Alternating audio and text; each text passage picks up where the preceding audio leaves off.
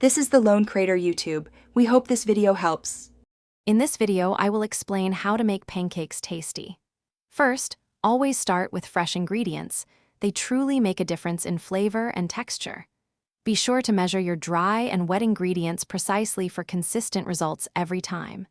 And remember, a crucial tip is to avoid overmixing the batter. A few small lumps are perfectly acceptable and will lead to a lighter pancake. To really elevate your pancakes, consider adding some flavor boosters. A teaspoon of good quality vanilla extract brings a wonderful warmth. For a brighter, more vibrant taste, try incorporating 1 tablespoon of fresh citrus zest, such as lemon or orange. And if you enjoy a hint of spice, a small pinch of cinnamon or nutmeg can add a delightful depth to your breakfast.